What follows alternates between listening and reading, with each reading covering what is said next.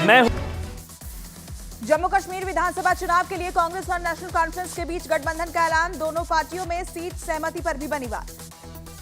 श्रीनगर में राहुल गांधी ने कांग्रेस नेताओं को किया संबोधित। कहा, जम्मू कश्मीर का प्रतिनिधित्व जरूरी, जम्मू कश्मीर में सम्मान के साथ होगा गठबंधन। जम्मू के दौरे पर आरएसएस प्रचारक बीएल संतोष। सूत्रों का दावा, बीजेपी कार्यकर्ताओं के साथ बैठक में विधानसभा चुनाव की तैयारियों पर करेंगे चर्चा। नाभा जेल ब्रेक मामले में पंजाब पुलिस को बड़ी कामयाबी। शाम 4 बजे हांगकांग से भारत लाया जाएगा जेल ब्रेक का मास्टरमाइंड रमनजीत सिंह उर्फ रोमी। कोलकाता केस में सीबीआई की रिपोर्ट में पर्दाफाश। रिपोर्ट में आरजीकर मेडिकल कॉलेज में क्राइम सीन से छेड़छाड़ होने का किया गया जिक्र। डॉक्टरों के दबाव में क्राइम सीन की वीडियोग्राफी कराने का दावा। सुप्रीम कोर्ट ने कोलकाता पुलिस की जांच पर उठाए सवाल। जस्टिस पारदीवाला ने कहा, मैंने अपने 30 साल के करियर में ऐसी प्रक्रिया नहीं देखी। कोलकाता केस में सुप्रीम कोर्ट में सुनवाई। सीबीआई और बंगाल पुलिस ने सीलबंद लिफाफे में दाखिल की स्टेटस रिपोर्ट। 5 सितंबर को होगी अगली सुनवाई। सुप्रीम कोर्ट ने डॉक्टरों को काम पर लौटने का दिया निर्देश। सुप्रीम कोर्ट ने कहा, अपनी मांगों की लिस्ट बनाकर भेजे डॉक्टर। एनटीएफ की मांगों पर भी करेंगे विचार। बंगाल के राज्यपाल सीवी आनंद का ममता सरकार पर बड़ा हमला। कहा, हिंसा और भ्रष्टाचार का बंगाल में बोलबाला, कौन पुलिस कौन गुंडा बताना मुश्किल। Kolkata rape and murder case में संदीप घोष से 7वें दिन भी पूछताछ जारी। कल भी सीबीआई ने करीब 14 घंटे तक किए थे सवाल जवाब। सीआईएसएफ ने तैयार किया कोलकाता आरजीकर अस्पताल की सिक्योरिटी का प्लान। अस्पताल परिसर में सीआईएसएफ के 151 जवान तैनात रहेंगे। बंगाल के गवर्नर सीवी आनंद बोस ने कोलकाता रेप केस के पीड़ित परिवार के घर पहुंचकर मुलाकात की। राज्यपाल ने उन्हें मदद का भरोसा दिया। सूत्रों के मुताबिक राज्यपाल ने अपना फोन नंबर भी दिया।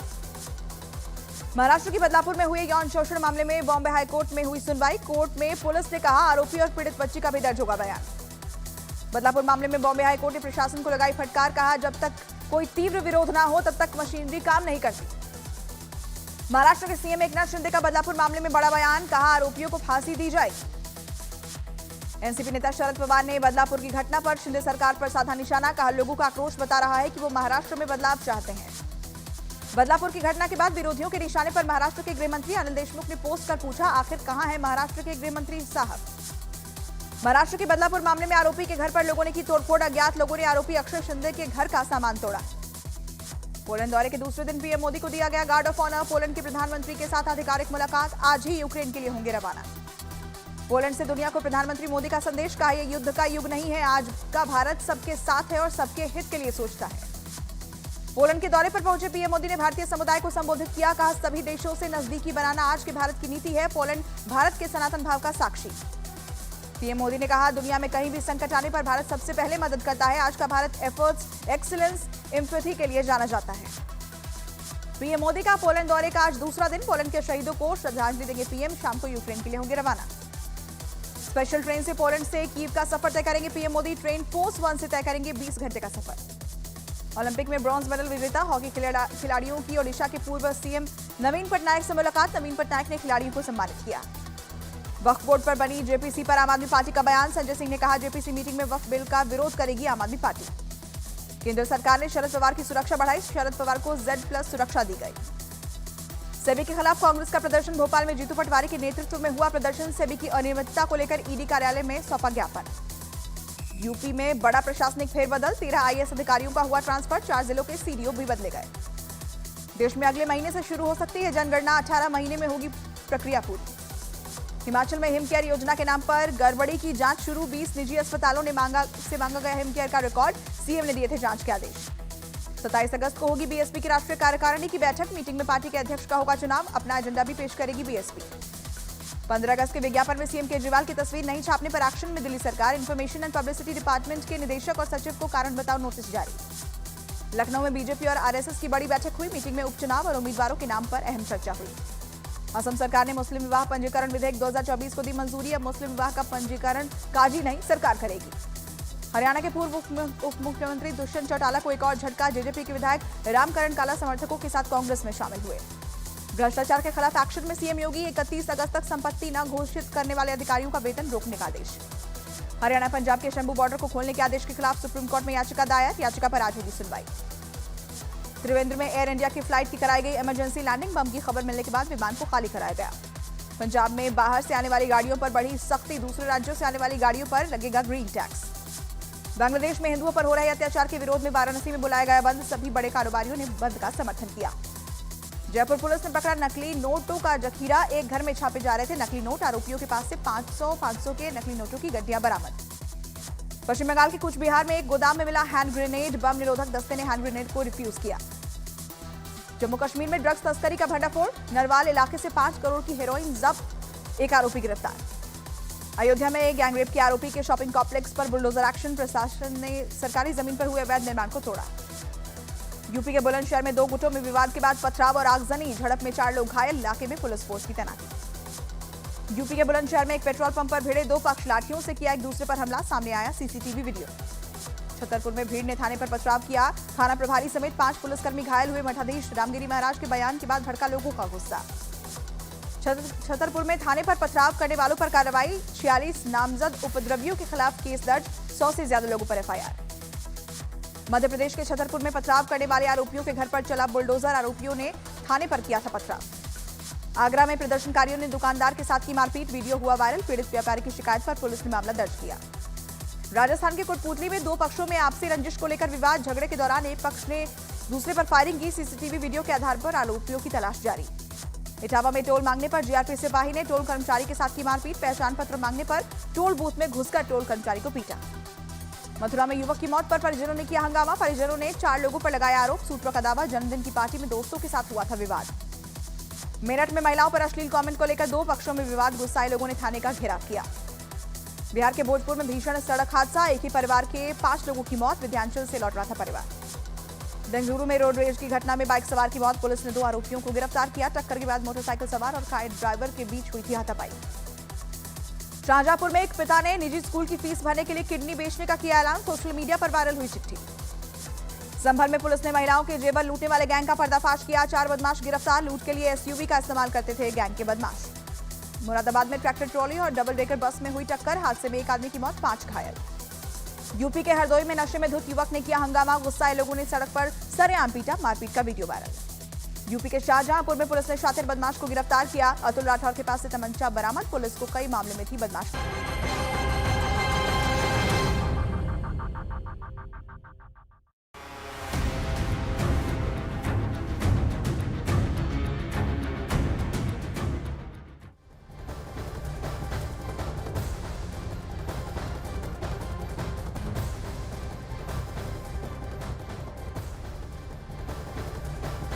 कहीं महायुद्ध हो रहा है तो कहीं महायुद्ध की तैयारी। ईरान ने अब तक इजराइल पर हमला क्यों नहीं किया है, इस सवाल के जवाब पर पूरी दुनिया की निगाहें टिकी हैं। अब जो खबरें ईरान से आ रही हैं उसके मुताबिक ईरान ने अपने बंकर से घातक लड़ाकू विमान F4 फैंटम अटैक के लिए तैयार कर लिया है। दावा यह किया जा रहा है कि ईरान अब इजराइल पर जबरदस्त मिसाइलों के साथ साथ F4 फैंटम जेट से बड़ा हमला करने की तैयारी कर रहा है।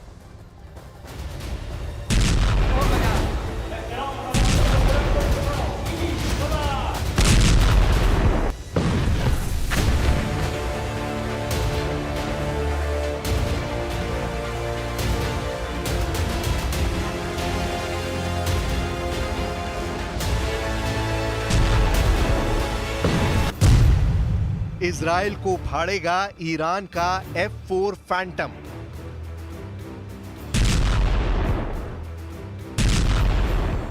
अभी तक आपने ईरान के 48 बंकरों में मौजूद एक से बढ़कर एक घातक मिसाइलें, बम और ड्रोन देखे हैं।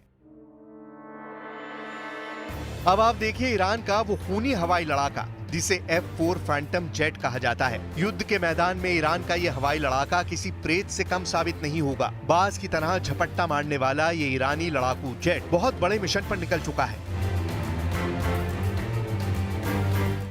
दावा तो यहां तक किया जा रहा है कि ईरान के F4 फैंटम को जंग में उतारने के लिए ईरान के एक जेम्स बॉन्ड ने अमेरिका और इजराइल को जबरदस्त खुफिया मात दी है। इजराइल का काल, ईरान का F4 jet. Islamic Republic of Iran air force इस वक्त इजरायली मिशन पर जुटी हुई है। खुफिया सूत्रों के मुताबिक ईरान इजराइल पर ऐसा हवाई हमला करने जा रहा है जिसके बारे में ना तो इजराइल को भनक लग पाई और ना ही अमेरिका ईरान के वॉर प्लान को समझ पाया। 300 दिन से ज्यादा की गाजा जंग के बाद इजराइल पर ईरान घातक हवाई हमला करने जा रहा है। दावा किया जा रहा है कि इजरायली वायुसेना के खिलाफ ईरान ने उन अमेरिकी विमानों से हमला करने का प्लान बनाया है जो 70 और 80 के दशक में ईरान को अमेरिका से मिले थे। ईरान ने बंकर से F-4 फैंटम लड़ाकू विमानों को जंग के मैदान में उतारना शुरू कर दिया है। जरा देखिए ईरान इजराइल के कई इलाकों पर किस तरह से हमला करने जा रहा है। खबर के दावों के मुताबिक ईरान ने इसलिए इजराइल पर हमला करने में देरी की ताकि वो ज्यादा से ज्यादा फाइटर जेट को हमला करने के लिए तैयार कर सके। दावों के मुताबिक इस वक्त ईरानी वायुसेना के टॉप फाइटर पायलट्स ने F-4 फैंटम से इजराइल पर हमला करने की प्रैक्टिस शुरू कर दी है। दावा किया गया है कि इजराइल पर F-4 फैंटम जेट से बड़े हवाई हमले किए जाएंगे। खासतौर से इजराइल के हाइफा और तेल अवीव पर ईरान की खास नजर है। दावों के मुताबिक अगर ईरान के लड़ाकू विमान F-4 फैंटम इजराइल के हाइफा और तेल अवीव पर हमला करने में कामयाब हो जाते हैं तो एक तरह से अमेरिका के मुंह पर जोरदार तमाचा साबित होगा, क्योंकि ईरान के पास जो फैंटम 4 लड़ाकू विमान इस वक्त हैं, वो सभी लड़ाकू विमान ईरान को अमेरिका से मिले थे। ईरान अपने मिसाइल और हवाई ताकत के दम पर ही इजराइल को गंभीर नतीजे भुगतने की धमकियां दे रहा है और ईरान की धमकी को पीएम नेतन्याहू जरा भी नजरअंदाज नहीं कर रहे हैं।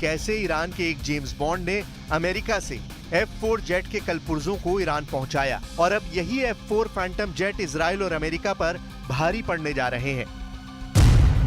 खबर के मुताबिक अमेरिकी न्याय विभाग यानी DOJ ने ईरान को मैकडॉनल्ड डगलस F-4 फैंटम विमान के कलपुर्जों की तस्करी को लेकर बड़ा खुलासा किया है। दावा किया गया है कि एक अमेरिकी ईरानी F-4 फैंटम जेट को जबरदस्त हवाई ताकत देने के लिए लगातार अमेरिका से जेट के कलपुर्जों की तस्करी कर रहा था। दावा किया गया है ईरानी जेम्स बॉन्ड के नाम से मशहूर जेफरी नादर ने कैलिफोर्निया स्थित कंपनी प्रो एरो कैपिटल के जरिए F-4 फैंटम जेट के कलपुर्जों को ईरान पहुंचाया है। दावा किया जा रहा है कि ईरान के जेम्स बॉन्ड जेफरी नादर ने 2023 से ईरान को लगभग 30 जेट विमानों के लिए कलपुर्जे पहुंचा दिए थे।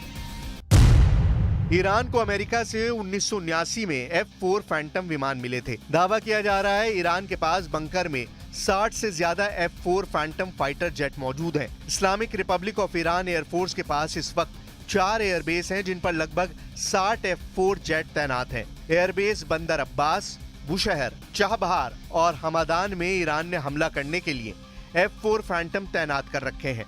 F-4 2 सीटों वाला फाइटर जेट है। पूरी तरह से लोड किए गए F-4 का वजन 28 टन हो जाता है। F-4 दूसरे विमानों की तुलना में 10 फीट लंबा है। बहुत भारी होने के बावजूद F-4 मैक 2.2 पर उड़ सकता है और 60,000 फीट तक पहुंच सकता है। F-4 अपने पंखों और धड़ के नीचे 9 हार्ड पॉइंट पर 18,000 पाउंड की मिसाइलें, बम, बाहरी ईंधन टैंक और जैमिंग गियर ले जा सकता है। हवाई युद्ध के लिए फैंटम 4 हीट सीकिंग AIM-9 साइडवाइंडर मिसाइलों के साथ साथ 4 दूसरे AIM-7 sparrow semi active radar मिसाइलों को ले जा सकता है। इन सभी खासियतों के अलावा फैंटम को इतिहास का शायद सबसे बहुमुखी युद्धक विमान माना जाता है।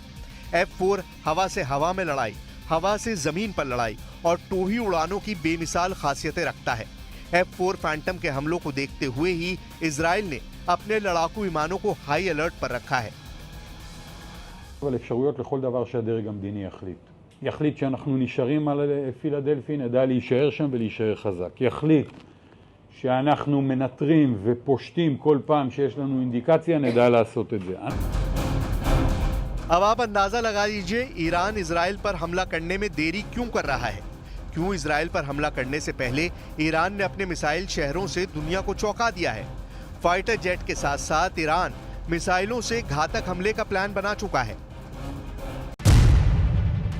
ईरान के सुप्रीम लीडर खामनेई के आदेश पर बंकरों में मौजूद ईरान की मिसाइल ब्रिगेड ने पूरी तैयारी कर रखी है। ईरान ने बैलिस्टिक, क्रूज और हाइपरसोनिक मिसाइलों को अलग अलग तरह से हमला करने का प्लान बनाया है ताकि इजराइल के एयर डिफेंस सिस्टम को तबाह किया जा सके, खासतौर से आयरन डोम को। ईरान के मिसाइल सुनामी प्लान के मुताबिक ईरान इजराइल के तेल अवीव, हाइफा समेत 10 शहरों को टारगेट करेगा ताकि इजरायली सेना को संभलने का मौका ही ना मिले। ईरान अपने मिसाइल शहरों से एक ही बार में इतना बड़ा हमला करने जा रहा है जिसके बाद हो सकता है कि इजरायली सेना पलटवार करने के लायक ही ना बचे। 31 जुलाई को तेहरान में हमास चीफ इस्माइल हानिया को बेहद खुफिया तरीके से एक जबरदस्त धमाके में मार दिया गया था, जिसके बाद से ईरान इजराइल से खूनी बदला लेने के लिए बुरी तरह से मचल रहा है। हानिया के हत्याकांड के बाद ईरान के supreme leader Ali Khamenei Iran कमांडरों को कसम खिला दी थी कि इजराइल से हानिया की हत्या का बदला हर हाल में लिया जाए। पिछले 15 दिनों से खामनेई लगातार ईरान के IRGC के टॉप कमांडरों के साथ मीटिंग कर रहे हैं। इस मीटिंग में खामनेई इजराइल पर मिसाइलों की बरसात करने का आदेश अपने कमांडरों को दे चुके हैं। ईरानी बंकर की तस्वीरें साबित करती हैं कि ये सिर्फ सुरंग नहीं है, बल्कि मिसाइलों से भरे हुए ऐसे शहर हैं जो इजराइल के लिए किसी कयामत से कम नहीं है।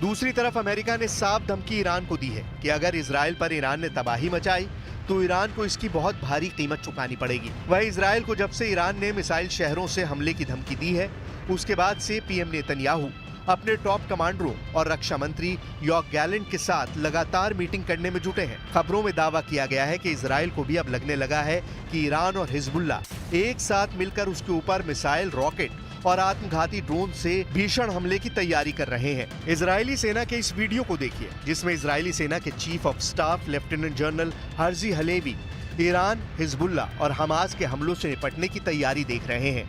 अपने टॉप कमांडरों के साथ लेफ्टिनेंट जनरल हर्जी हवेली ने साफ आदेश दिए हैं कि ईरान, हिजबुल्ला और हमास एक साथ मिलकर बड़ा हवाई हमला कर सकते हैं, जिसको लेकर इजरायली सेना बेहद गंभीर तैयारियों में जुटी है।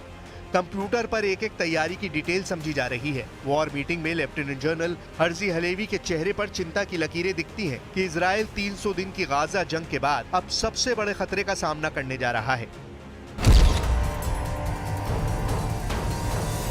इस वक्त इजरायली सेना का सारा फोकस गजा और हिजबुल्ला के हमलों पर है। हिजबुल्ला पिछले 11 दिनों से लगातार इजराइल पर रॉकेट हमले कर रहा है। वॉर एक्सपर्ट्स का दावा है कि ईरान के इशारे पर हिजबुल्ला ने हमले बेहद तेज किए हैं, जिसका मकसद इजरायली वॉर प्लान को डिकोड करके ईरान दूसरी तरफ से मिसाइलों की बौछार करना चाहता है। ईरान मिडिल ईस्ट में मिसाइलों के मामले में बेहद माहिर माना जाता है, क्योंकि उसकी मिसाइल पावर जबरदस्त है। यहाँ तक कि रूस और चीन भी ईरान के मिसाइल पावर का लोहा मानते हैं। दावों के मुताबिक ईरान के पास लगभग 48 से ज्यादा ऐसे बंकर हैं जिसमें घातक मिसाइलें मौजूद हैं।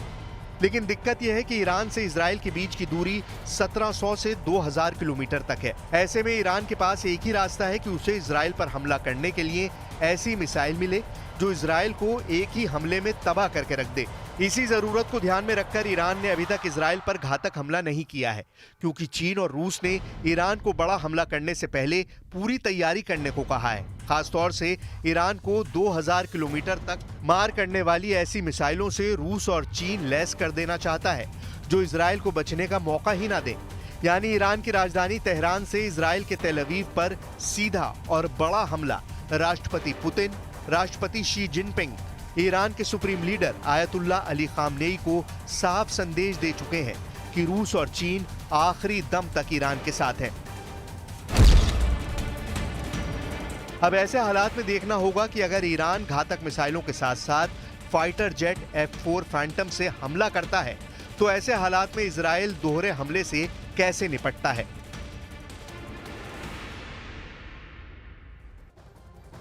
गाजा में जारी संघर्ष के बीच इजरायली सेना ने अब उन इलाकों को अपना टारगेट बनाना शुरू कर दिया है जहां बड़ी तादाद में शरणार्थी रह रहे हैं। इजरायली फौज ने दीर अल बलाह शहर पर ताबड़तोड़ हमले कर फिलिस्तीनी शरणार्थियों को खदेड़ दिया है और इस बीच अमेरिका ने एक बार फिर इजरायल से सीज फायर की अपील की है।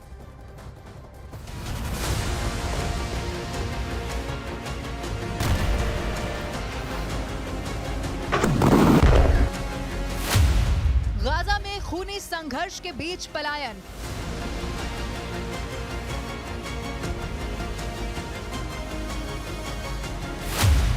खाली हो रहा दीर अल बलाह शहर।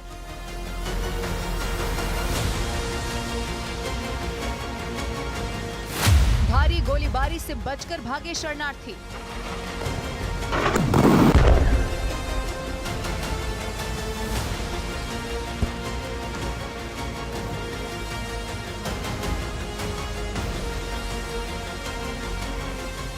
गाजा में लड़ाई को रोकने के अंतर्राष्ट्रीय दबाव के बीच इजरायली सेना गाजा के 14 किलोमीटर दक्षिण में मौजूद दीर अल बलाह शहर को लगातार निशाना बना रही है। दीर अल बलाह वो जगह है जहां ज्यादातर शरणार्थी कैंप हैं। इस इलाके को खाली करने के निर्देश इजरायली फौज लगातार दे रही है। बुधवार को दीर अल बलाह के एक व्यस्त बाजार पर हमला कर इजरायली फौज ने 9 फिलिस्तीनियों को मौत के घाट उतार दिया था। इजरायली फौज ने इससे पहले फिलिस्तीनियों को दीर अल बलाह क्षेत्र में जाने के आदेश दिए थे, जिसके बाद मध्य गाजा में फिलिस्तीनियों का बड़े पैमाने पर पलायन शुरू हो गया था। दीर अल बलाह पर इजरायल के ताबड़तोड़ हमले।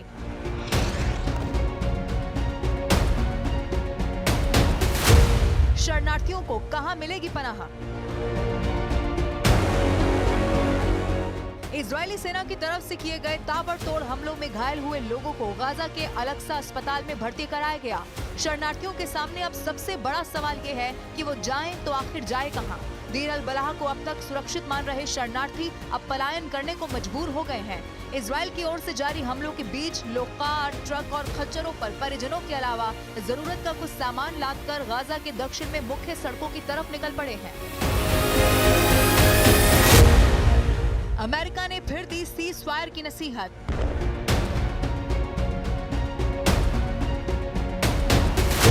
बाइडेन ने नेतन्याहू को किया फोन।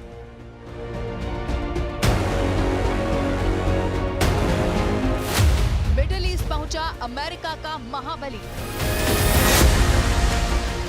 गाजा पर इजरायल के ताबड़तोड़ हमलों के बीच अमेरिकी राष्ट्रपति जो बाइडेन ने एक बार फिर से इजरायली प्रधानमंत्री बेंजामिन नेतन्याहू को फोन कर सीज फायर की अपील की है।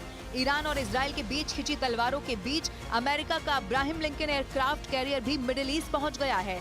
इस एयरक्राफ्ट कैरियर में कई तरह की मिसाइलें लगाई गई हैं, निगरानी के उपकरण और रात में भी दुश्मन पर नजर रखने की काबिलियत वाले डिवाइस भी इसमें फिट किए गए। अब्राहम लिंकन एयरक्राफ्ट कैरियर पर आमतौर पर 60 से 70 एयरक्राफ्ट होते हैं, जिसमें लड़ाकू विमान से लेकर ट्रांसपोर्ट प्लेन और हेलीकॉप्टर तक शामिल हैं। अमेरिका लगातार कोशिश कर रहा है कि फिलिस्तीन और इजरायल के संघर्ष को टाला जा सके, लेकिन इजरायल इस जंग को नतीजे तक ले जाना चाहता है। ऐसे में गाजा पर गोलीबारी फिलहाल रुकती हुई दिखाई नहीं दे रही।